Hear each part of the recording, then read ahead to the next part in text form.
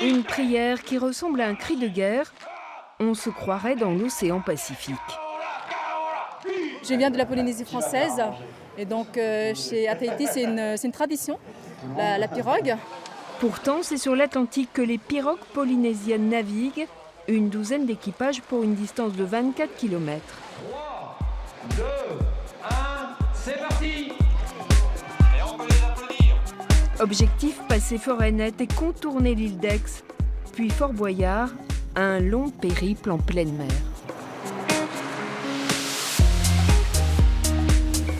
La difficulté là aujourd'hui, ça va être essentiellement la distance. On a une météo qui est plus que clémente pour nous, donc on va pas avoir trop de contraintes de vent. Il y a un peu les courants à gérer au passage de l'île d'Aix et autour de l'île d'Aix.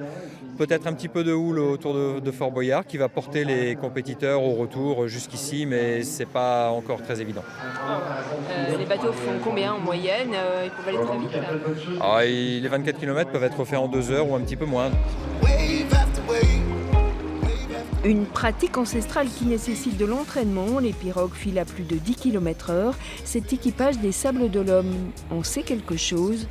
Ils sont champions de France en titre. Il y a un chef d'orchestre, c'est le numéro 3, le taré, ça s'appelle en tahitien, qui dit à peu près quand est-ce qu'on change de coup de rame, quand est-ce qu'on change de côté, quel coup de rame on met. Et puis devant, il y a le fauro qui lui a la mission de maintenir le rythme et imprimer la puissance à l'équipage. Et derrière, tout à l'arrière, le 6e qui est le peperu, qui est le barreur, qui lui dirige la pirogue pour aller le plus vite possible.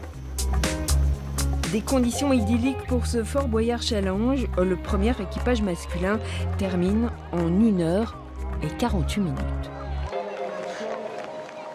Terminé, bravo.